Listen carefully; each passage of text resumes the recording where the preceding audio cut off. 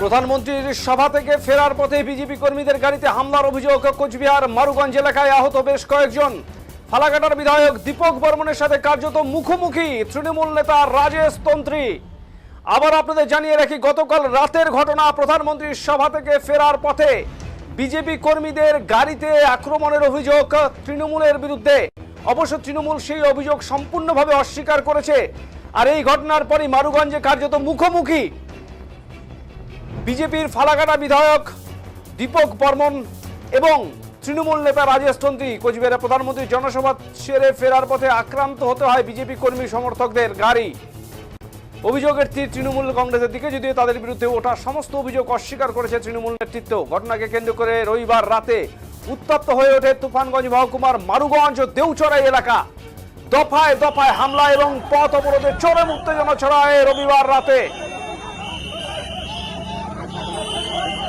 আর মারুগঞ্জ এলাকায় মুখোমুখি ফালাকাটার বিধায়ক দীপক বর্মন এবং তৃণমূল নেতা রাজেশ তন্ত্রী।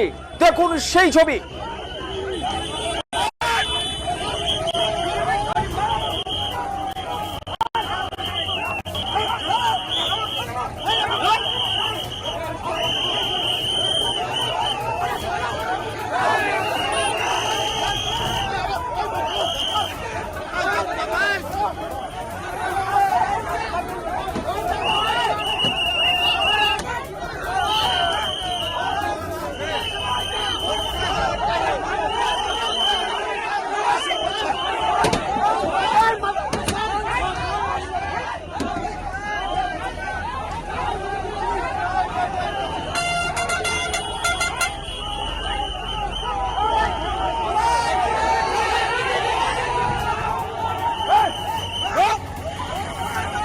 অভিযোগ, প্রধানমন্ত্রীর সভা শেষ করে তুফানগঞ্জ বিধানসভার বিজেপি কর্মীরা যখন বাসে ও ছোট গাড়িতে চেপে বাড়ি ফিরছিলেন, তখন তুফানগঞ্জ ১ নং ব্লকের মারুগঞ্জ এলাকায় তাদের উপর অতর্কিত হামলা চালানো হয়। বেশ কিছু গাড়ির কাঁচ ভাঙচুর করা হয়েছে বলে অভিযোগ।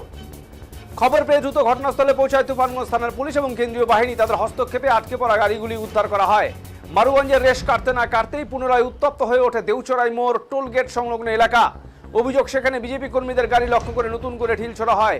এই ঘটনার প্রতিবাদে ক্ষোভে ফেটে পড়েন বিজেপি কর্মীরা। তারা গাড়ি থামিয়ে রাস্তায় বসে পড়ে বিক্ষোভ শুরু করেন এবং পথ অবরোধ করেন। দীর্ঘক্ষণ চলে অবরোধ। পরে পুলিশের উচ্চপদস্থ আধিকারিকরা আশ্বাসে পরিস্থিতি স্বাভাবিক হয় এবং অবরোধ তুলে নেওয়া হয়। হামলায় বেশ কয়েকজন বিজেপি কর্মী আহত হয়েছেন। তাদের মধ্যে দুজনের অবস্থা আশঙ্কাজনক। আহতরা হলেন বিশ্বেশ্বর বর্মন ও গোপাল রাভা। উভয়কেই উদ্ধার করে দ্রুত তুফানগঞ্জ মহকুমা হাসপাতালে ভর্তি করা হয়েছে। বর্তমানে সেখানেই তাদের চিকিৎসা চলছে। তবে বিজেপির তোলা সমস্ত অভিযোগ অস্বীকার করেছেন তৃণমূল কংগ্রেসের কোচবিহার জেলার সাধারণ সম্পাদক রাজেশ তন্ত্রী। তিনি বলেন, তৃণমূলের বিরুদ্ধে ওঠা এই অভিযোগ সম্পূর্ণ ভিত্তিহীন।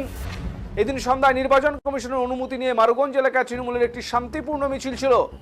অভিযোগ, এই মিছিলকে টার্গেট করে ফালাকাটার বিজেপি বিধায়ক দীপক বর্মন নিজে দাঁড়িয়ে থেকে বিজেপি কর্মীদের গাড়ি থামিয়ে মিছিলে হামলার চেষ্টা করেন। তিনি আরও দাবি করেন, গত 3.5 বছর ধরে মারুগঞ্জ এলাকায় কোনো রাজনৈতিক অশান্তি হয়নি। শান্ত মারুগঞ্জকে অশান্ত করতেই বিজেপি প্ররোচনা দিচ্ছে। মারুগঞ্জের সাধারণ মানুষ এই অপচেষ্টার বিরুদ্ধে প্রতিরোধ গড়ে তুলেছে।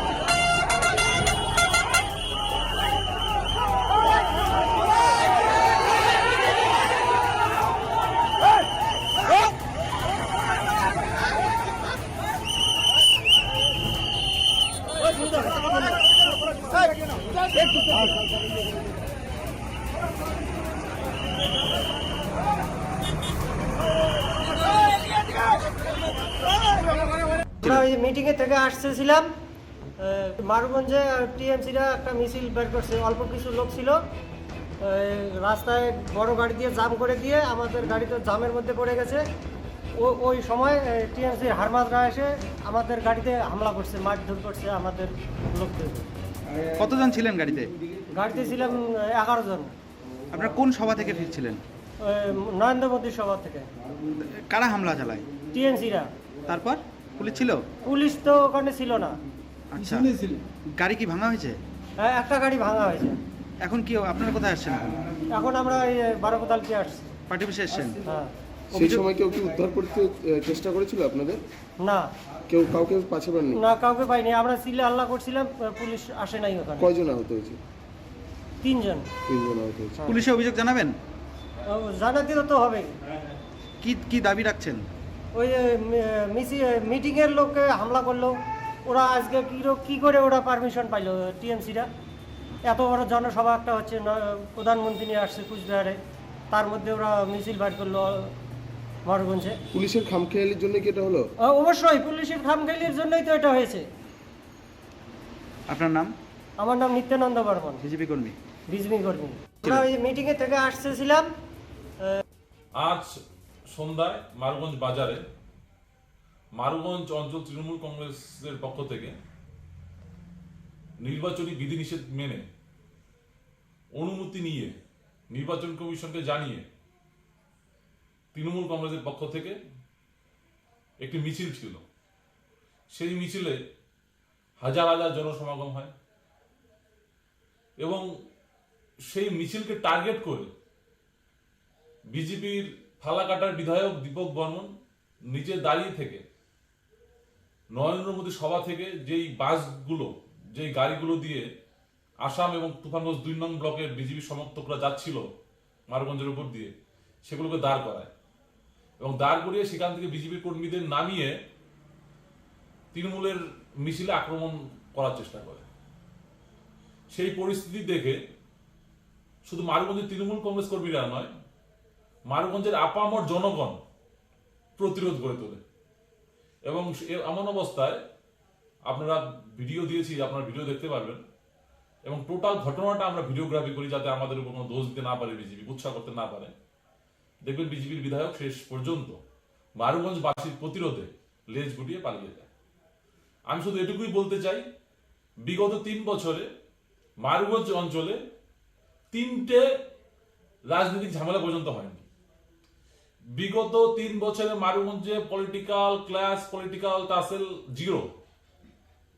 কোন দলের সঙ্গে কোনো রাজনৈতিক ঝামেলা মারুগঞ্জে বিগত 3 বছরে একটিও হয়নি। এমনকি লোকসভা ভোট গিয়েছে, লোকসভা ভোটের পরবর্তী সময়, পঞ্চায়েত ভোটের পরবর্তী সময়, বিগত 3 বছর, 3.5 বছর বললাম আমি, আপনার রেকর্ড দেখবেন 3.5 বছর মারুগঞ্জে কোনো পলিটিক্যাল ঝামেলা হয়নি। মারুগঞ্জ এতটাই শান্তিপ্রিয় জায়গা এবং মারুগঞ্জের লোক আমরা সকল লেভেলে এইভাবে সহাবস্থান করি। আর সেই শান্ত মারুগঞ্জকে অশান্ত করার জন্য বিজেপির বিধায়ক দীপক বর্মন সহ বিজেপির হারমাদরা যেভাবে আক্রমণ চালালো এবং মারুগঞ্জবাসীর প্রতি আমি কৃতজ্ঞতা জানাচ্ছি, প্রতিরোধ গড়ে তুললো এবং